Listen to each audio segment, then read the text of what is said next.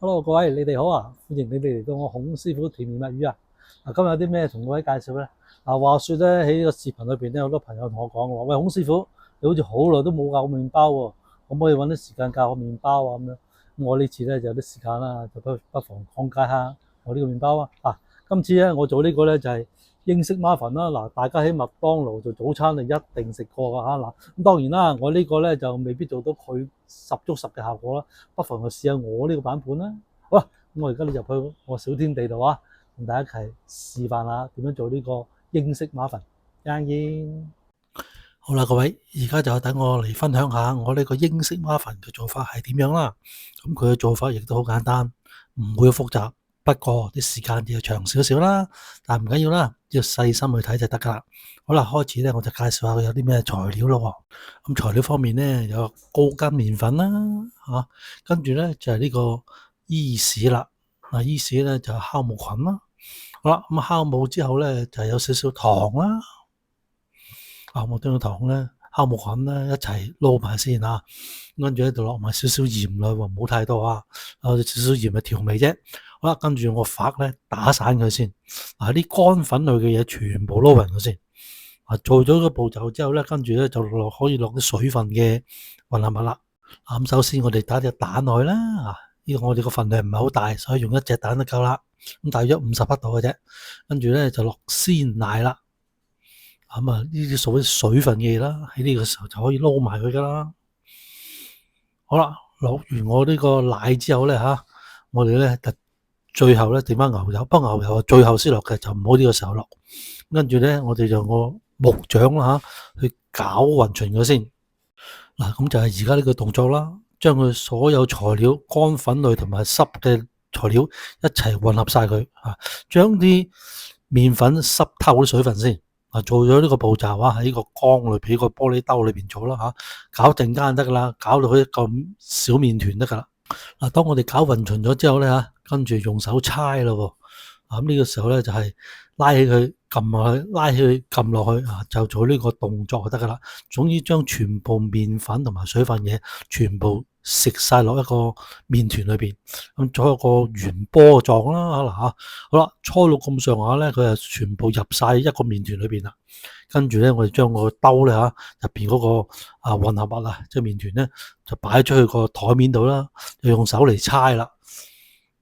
就係而家呢個動作因為咧用手嚟搓咧，嗰個麵咧嘅起筋嘅作用咧就會好啲啦，同埋咧佢都會快少少嘅好似我而家呢個動作初咧佢就有少少黏性嘅，因為好多水分啊嘛。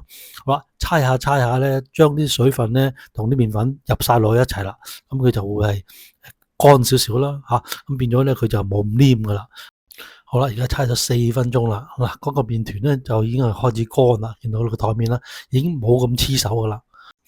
好啦，搓到嚿面差唔多夠乾身啦，咁我哋仲有一個材料未落噶，呢個咧就係牛油啦。咁呢個時候咧，我哋就可以落牛油啦。好啦，仲有少少黐就唔係好黐噶啦跟住咧就可以搓埋牛油落去。當我哋搓牛油落去嘅時候咧，啲牛油軟咗之後咧，佢又會鬆散翻黏手啲噶，但係唔緊要噶，我哋一路照係咁搓落去。落完牛油之後，跟住落去搓，大約出去搓多4-5分鐘，咁呢個麵咧就會回翻，冇咁黐手噶啦。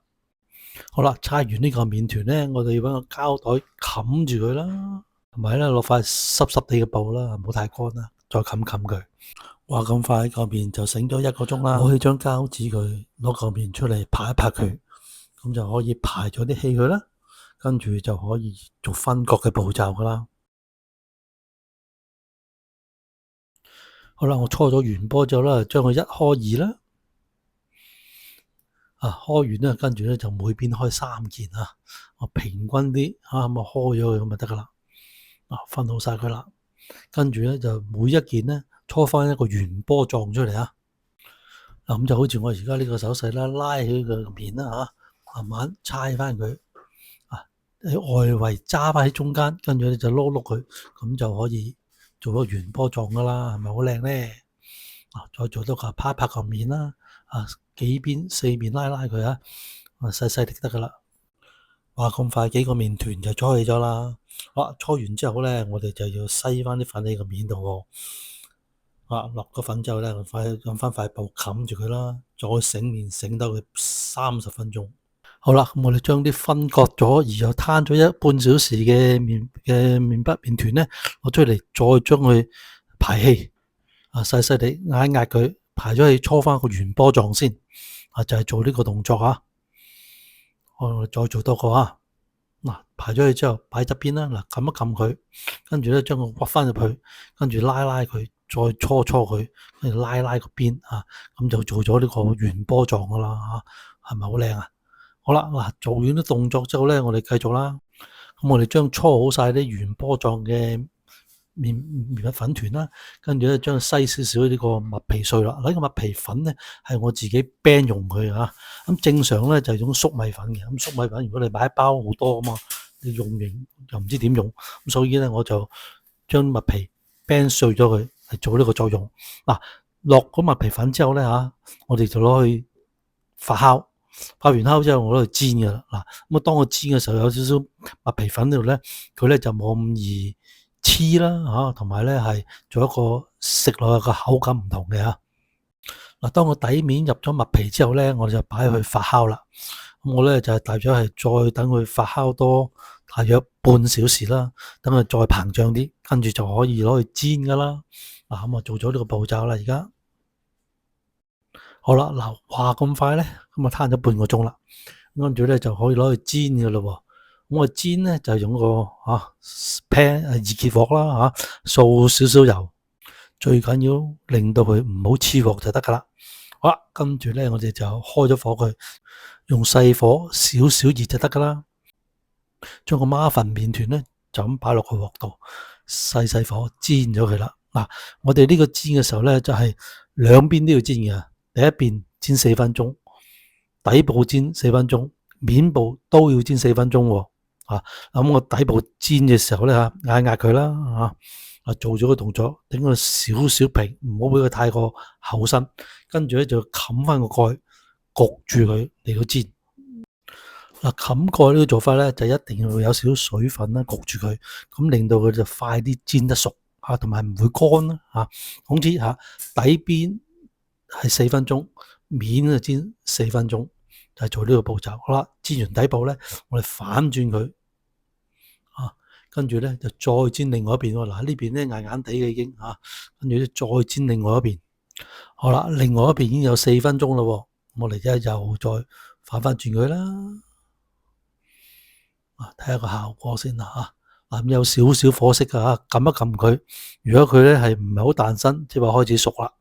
咁呢個時候咧，我就再攞火食啦，就將個火略為較大少少，唔好太多，較大少少，再兩邊煎佢，大約每邊都煎1分鐘左右，咁就可以噶啦。咁當兩邊都煎到有少少火色，咁就可以攞出嚟噶啦。好啦，話咁快咧就完成咗我哋呢個英式孖粉啦。好啦，咁而家咧我哋整好晒之後咧，就攞出去同大家嚟試下個味道，有啲咩效果啦喎。好啦，各位話咁快咧，我哋呢個英式孖粉咧就做咗啦。好啦，咁英式孖粉咧就好多唔同嘅做法嘅亦都好多唔同嘅配搭噶。咁我呢個咧就拼嘅希望大家咧整完之後咧就可以翻去讓其他唔同嘅食材落去啦。好啦，咁我睇睇我哋英式孖粉啦。咁大家睇到啦撳落俾你睇啦。哇，撳啦哇，即刻彈翻啦好軟熟即刻漲翻。好啦，我呢個咧切開咗噶，睇下邊嗰個效果先新鮮咧切落去咧就會黏少少，但係唔緊要噶，攤凍咗之後咧就會好好多噶啦。聞落去好香蜜味啦咁少少蛋味啦相當之好搣開睇下個效果啦好綿密噶個麵包好軟熟，好香哇！如果咧兩邊再烘一烘佢，再食咧就仲正啲相當早我呢個英式孖粉咧，我哋可以一次過焗晒佢，收藏一個急凍櫃裏邊，要嘅時候攤翻住佢，咁就食得噶啦。記住做之前咧，食之前一定要劏開佢，揾個爐咧辣一辣佢，等佢脆翻啲，咁先好食啊。咁就外脆內軟啦。好啦，咁我呢個視頻做完啦，有機會咧就再做一啲唔同嘅包款俾各位睇睇。好，拜拜。